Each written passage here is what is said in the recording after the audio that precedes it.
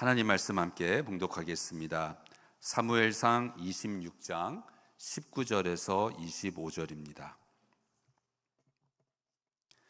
사무엘상 26장 19절에서 25절 말씀 한 절씩 교독하고 마지막 25절 함께 읽겠습니다. 원하건대 내 주 왕은 이제 종의 말을 들으소서. 만일 왕을 충동시켜 나를 해하려 하는 이가 여호와시면 여호와께서는 제물을 받으시기를 원하나이다마는 만일 사람들이면 그들이 여호와 앞에 저주를 받으리니 이는 그들이 이르기를 너는 가서 다른 신들을 섬기라 하고 오늘 나를 쫓아내어 여호와의 기업에 참여하지 못하게 함이니이다. 그런즉 청하건대 여호와 앞에서 먼 이곳에서 이제 나의 피가 땅에 흐르지 말게 하옵소서. 이는 산에서 메추라기를 사냥하는 자와 같이 이스라엘 왕이 한 벼룩을 수색하러 나오셨음이니이다. 사울이 이르되 내가 범죄하였도다. 내 아들 다윗아 돌아오라. 내가 오늘 내 생명을 귀하게 여겼은즉 내가 다시는 너를 해하려 하지 아니하리라. 내가 어리석은 일을 하였으니 대단히 잘못되었도다 하는지라. 다윗이 대답하여 이르되 왕은 창을 보소서. 한 소년을 보내어 가져가게 하소서. 여호와께서 사람에게 그의 공의와 신실을 따라 갚으시리니 이는 여호와께서 오늘 왕을 내 손에 넘기셨으되 나는 손을 들어 여호와의 기름 부음을 받은 자 치기를 원하지 아니하였음이니이다. 오늘 왕의 생명을 내가 중히 여긴 것 같이 내 생명을 여호와께서 중히 여기셔서 모든 환난에서 나를 구하여 내시기를 바라나이다 하니라. 사울이 다윗에게 이르되 내 아들 다윗아 내게 복이 있을지로다. 내가 큰 일을 행하겠고 반드시 승리를 얻으리라 하니라. 다윗은 자기 길로 가고 사울은 자기 곳으로 돌아가니라. 아멘. 네, 모두 자리에 앉으시겠습니다. 2024년은 유난히도 헤어짐이 많은 한 해였습니다. 그래서 헤어짐에 대해서 생각을 하게 되었습니다. 헤어짐은 여러 종류가 있는 것 같습니다. 예상된 헤어짐도 있고 예상하지 못하였던 헤어짐도 있습니다. 어떠한 헤어짐은 헤어지면서 다시 만날 것을 기약하는, 다시 만날 것을 기대하는 헤어짐이 있는가 하면 이 사람을 다시 만날 수 있을까? 불확실한 헤어짐도 있습니다. 또 어떠한 헤어짐은 계획되고 준비된 헤어짐이 있는가 하면 어떤 헤어짐은 너무나도 갑작스러운 헤어짐입니다. 어제 박순재 집사님이 한국에서 소천하셨다는 소식을 저희들이 들었습니다. 너무나 갑작스러운 헤어짐이었습니다. 전혀 예상할 수 없었던, 그래서 더욱더 우리들의 마음을 슬프게 하고 아직도 잘 믿겨지지가 않습니다. 한국 나가셨을 때만 해도 건강한 모습이셨는데 다시 볼 거라고 당연히 생각하였는데 이제 천국에서 다시 보는, 이 세상에서는 다시 볼 수 없다는 이러한 갑작스러운 헤어짐, 저희들을 당황하게 하고 저희들의 마음을 참 슬프게 합니다. 또 어떠한 헤어짐은 헤어지는 것은 아닌데 계속 함께 있기는 하는데 그 관계가 그전 같지는 않은 좀 멀어진 관계. 그런데 그것이 꼭 나쁜 것은 아닙니다. 꼭 나쁜 일 때문에 누구의 잘못으로 인해서 관계가 멀어지는 것이 아니라 각자 하나님이 주신 길을, 하나님이 주신 삶을 열심히 살아가는 가운데에 자연스럽게 그 관계가, 거리가 멀어질 수도 있는 것입니다. 그런데 이 모든 헤어짐은 사실 우리의 마음을 이렇게 아쉽게 하고 어떤 때는 슬프기까지 합니다. 그런데 살아가면서 이 헤어짐은 저희들이 피할 수 없습니다. 그렇다면 저와 여러분은, 하나님을 믿는 자들은 이 헤어짐을 어떻게 받아들여야 할까? 이 헤어짐을 어떻게 생각해야 할까? 이 헤어짐은 저와 여러분으로 하여금 더욱더 하나님의 사람이 되도록 만들어줍니다. 누군가와 헤어지면서 그것이 좋은 헤어짐이 될 수도 있고 별로 좋지 않은 헤어짐이 될 수도 있지만, 이제 앞으로는 저와 여러분이 이러한 헤어짐이 있을 때에 우리 마음속에 그러한 생각을 했으면 좋겠어요. 내가 이분을 다시 만났을 때, 언제가 될지 모르지만 하나님의 섭리 가운데에 이분을 다시 만났을 때에는 지금보다 더 하나님의 사람이 되어서 이분을 만났으면 좋겠다 하는 그러한 생각, 그러한 결단을 가졌으면 좋겠습니다. 오늘 본문에 나오는 다윗을 보면서 하나님의 사람은 어떠한 사람인가? 하나님의 사람은 어떠한 모습인가? 특히 헤어짐과 관련되어서 하나님의 사람은 어떠한 모습일까? 우리 함께 말씀을 통해서 배우고 깨닫기를 원합니다. 이제 첫 번째, 하나님의 사람은 하나님의 뜻에 절대적으로 복종하고 굴복하는 사람입니다. 다윗이 사울 왕을 또 살려줬습니다. 사울 왕을 쉽게 죽일 수 있었는데 다윗이 사울 왕을 또 살려주었습니다. 그리고 나서 다윗이 사울 왕에게 말을 합니다. 오늘 19절에 원하건대 내 주 왕은 이제 종의 말을 들으소서. 만일 왕을 충동시켜 나를 해하려 하는 이가 여호와시면 여호와께서는 제물을 받으시기를 원하나이다. 다윗이 지금 놀라운 말을 합니다. 왕이 지금 나를 괴롭히고 나를 미워하고 나를 죽이려고 하고 나를 해하려고 하는데 내가 도대체 무엇을 잘못하였길래 왕이 나한테 이렇게 대하는지는 모르겠지만, 그런데 만약에 이것이 하나님이 하시는 일이라면, 하나님의 뜻 가운데에 하나님이 사울 왕의 마음을 충동시키셔서 그래서 사울 왕이 나를 해하려고 하는 것이라면, 이것이 하나님이 하시는 일이고 하나님의 뜻이라면 내가 하나님께 제물을 바치겠습니다. 이것이 하나님의 뜻이라면 나는 하나님께 감사하겠습니다. 하나님께 제물을 드리고 하나님을 예배하겠습니다. 하나님을 찬양하겠습니다.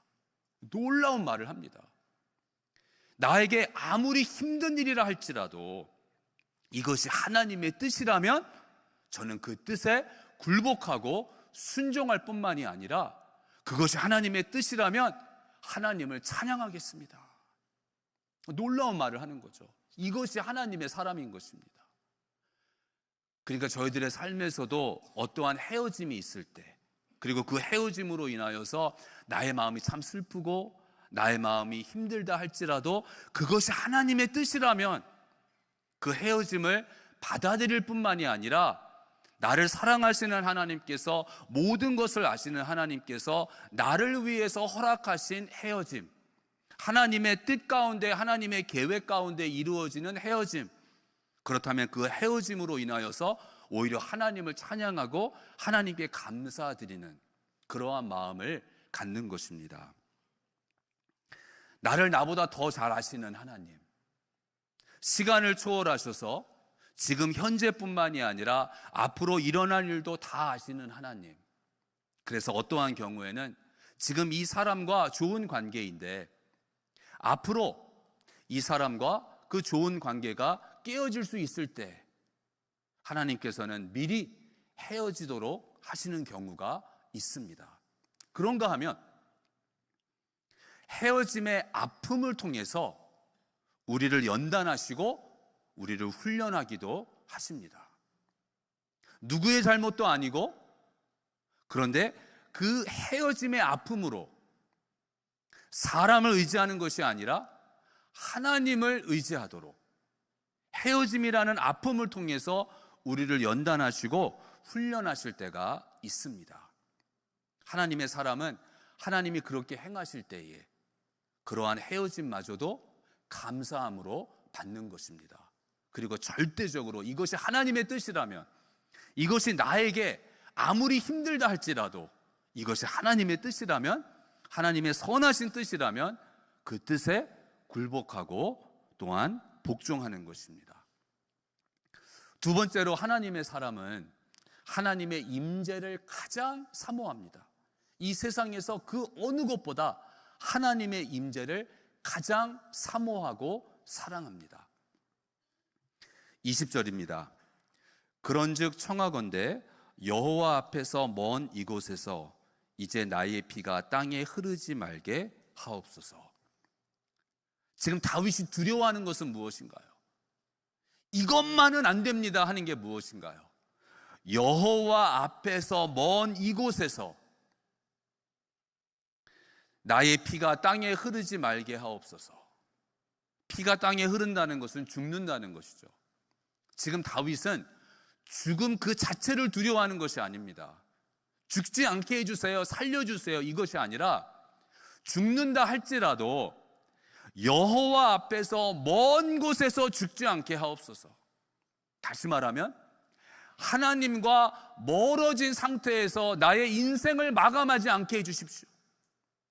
내 인생을 마감할 때에 하나님으로부터 멀리 떨어져 있는 상태에서 인생을 마감하지 않도록, 내 인생을 마감할 때에 하나님과 가까이, 하나님과 함께하는 그러한 상황에서 인생을 마감하게 해달라고 다윗의 간절한 소원이고 바람인 거죠. 그러니까 하나님의 사람은 이 세상의 그 어느 것보다도 하나님과 가까이 하는, 하나님과 친밀한 관계, 하나님의 임재 안에 거하는 것을 소중히 여기고 사랑하고 사모하는 사람입니다. 정말 함께하고 싶은 사람과 헤어지는 때가 있어요. 끝까지 가고 싶은데 헤어질 수밖에 없는 그러한 경우가 있습니다. 그런데 그것이 하나님의 뜻이라면 받아들이고 복종을 하지만 이 세상에 살아가면서 하나 절대로 용납할 수 없는, 절대로 받아들일 수 없는 헤어짐이 있는데 그것은 하나님과의 헤어짐. 하나님과는 헤어질 수 없습니다. 하나님으로부터는 멀어질 수 없습니다. 인생을 살아가면서 어떠한 관계는 한때 친하였다가 가까웠다가 멀어질 수도 있지만 하나님과의 관계에서만큼만은 저는 하나님으로부터 멀어질 수 없습니다. 이것이 하나님의 사람의 간절한 소원인 거죠. 그러니까 다른 모든 헤어짐은 하나님의 뜻이라면 받아들이지만 하나님과의 헤어짐 이것만큼만은 받아들일 수 없습니다. 다윗이 여호와 앞에서 먼 이곳에서 내 피를 땅에 흘리지 않게 하옵소서. 저와 여러분의 간절한 소원도 무엇인가요? 하나님과는 헤어지지 않는, 하나님과는 멀어지지 않는, 하나님을 붙잡는, 주님과는 멀어질 수 없다는 것입니다. 주님은 절대로 놓칠 수 없다는 것입니다. 그래서 어떠한 헤어짐을 통하여서 특히 내가 정말 좋아하고 계속 함께하기를 원했던 사람과 헤어짐이 있다면 그 헤어짐을 통해서 우리는 다시 한번 우리의 마음을 확정하면서 다시 한번 결단하는 것이죠. 하지만 하나님만큼만은 내가 놓치지 않겠습니다. 하나님하고는 헤어지지 않겠습니다. 하나님을 붙잡겠습니다.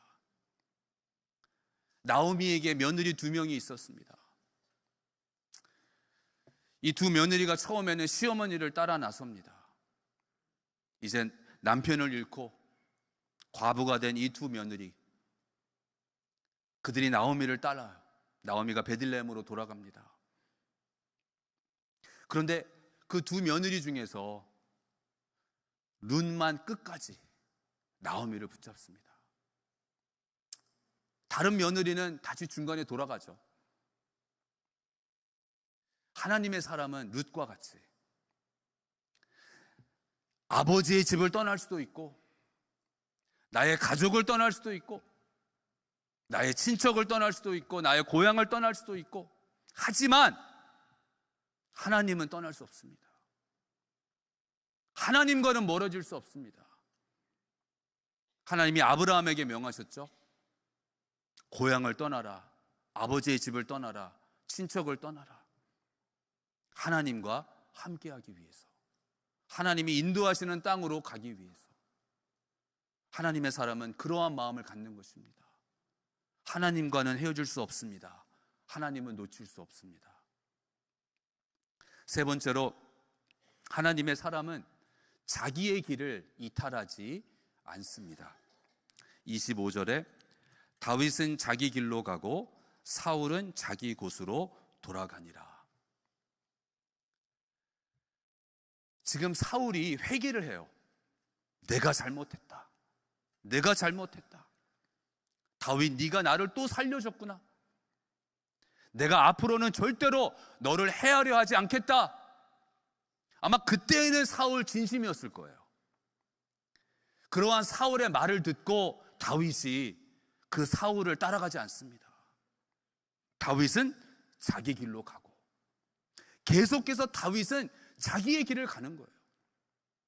사울이 막 감동을 받아가지고 회개를 하면서, 다윗아, 내가 잘못했다. 앞으로는 절대로 너를 헤아려 하지 않을게. 그렇게 말하지만 다윗은 흔들리지 않는 거예요.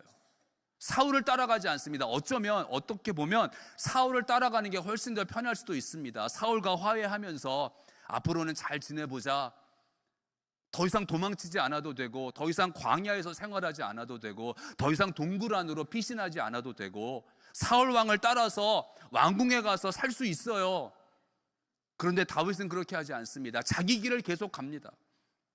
이것이 하나님의 사람의 모습입니다. 하나님이 나에게 주신 길을 이탈하지 않는 거예요. 나는 끝까지 이 길을 가겠다는 것입니다. 예레미야 6장 16절입니다. 여호와께서 이와 같이 말씀하시되 너희는 길에 서서 보며 옛적 길 곧 선한 길이 어디인지 알아보고 그리로 가라. 선한 길, 옛적 길이라고 말씀을 하세요. 옛적 길을 택하라. 하나님이 이미 말씀하셨다는 거죠. 하나님이 이미 보여주셨다는 것입니다. 저와 여러분 앞에도 옛적 길이 있습니다.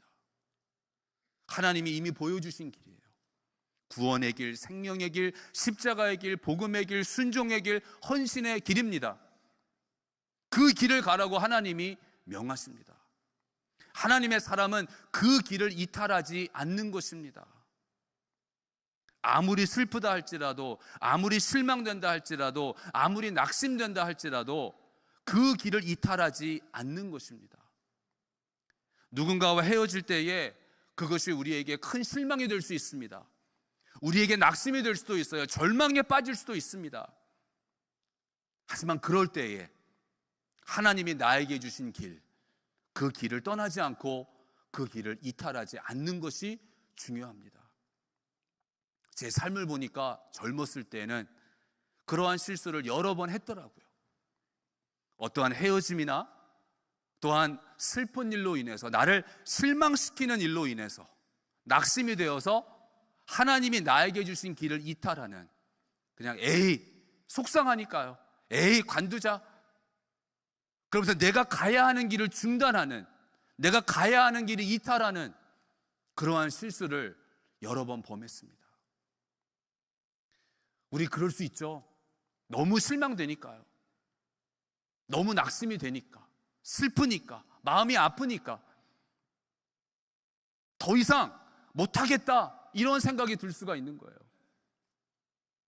그러면서 하나님이 나에게 주신 그 길을 이탈하는, 그렇기 때문에 하나님의 사람은 아무리 실망된다 할지라도, 아무리 낙심되는 일이 있다 할지라도, 이 헤어짐으로 인하여서 내 마음이 아프고 내 마음이 슬프다 할지라도 내가 가야 하는 길은 벗어나지 않는, 우로나 좌로나 치우치지 않는, 그래서 그러한 일을 겪을 때 오히려 더 다시 한번 확인하고, 그렇지? 내가 가야 할 길은 이것이지. 아, 이렇게 슬픈데, 이렇게 힘든데 도대체 무엇을 해야 할까? 무엇을 해야 할지 알지 못할 때, 그럴 때 저희들은 다시 한번 확인하는 것입니다. 내가 가야 할 길, 이미 내가 알고 있는 그 길, 이미 하나님께서 말씀하시고 보여주신 그 길.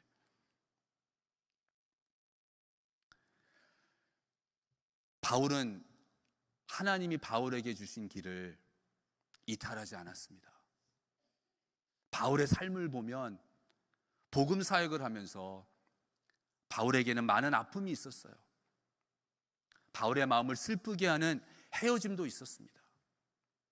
믿음의 동역자였는데 믿음을 떠나서 세상으로 간 그러한 사람들도 있었습니다. 얼마나 실망되었을까요? 바나바와 바울은 크게 싸우고 헤어졌습니다. 그리스도 안에서 형제였던 바나바인데 그 바나바와 크게 싸우고 헤어졌어요. 바울에게 큰 상처가 됐겠죠.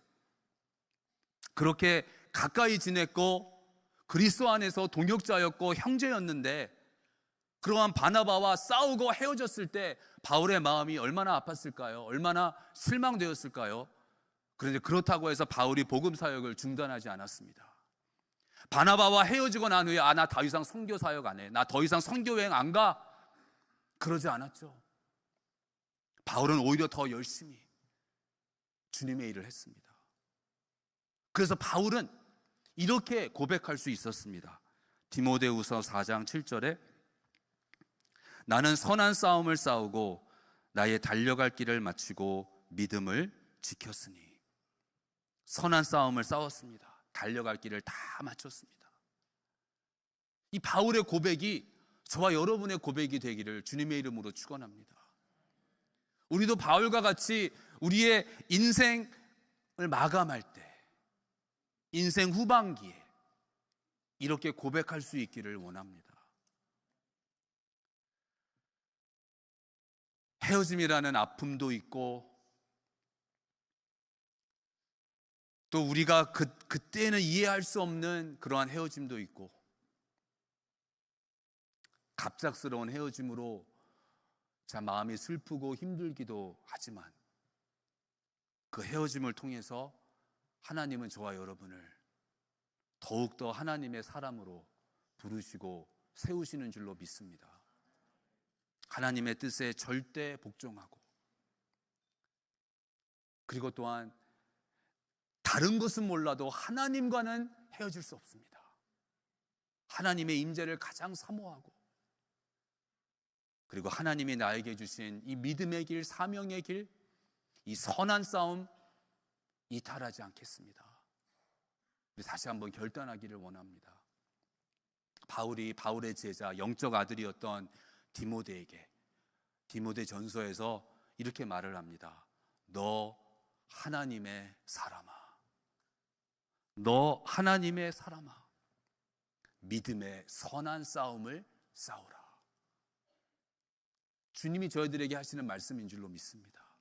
우리를 너 하나님의 사람아 부르시면서 선한 싸움을 싸우라. 저와 여러분 끝까지 우리 주님 바라보며 주님이 우리 각자에게 주신 믿음의 길, 믿음의 경주 끝까지 달려가기를 간절히 원합니다.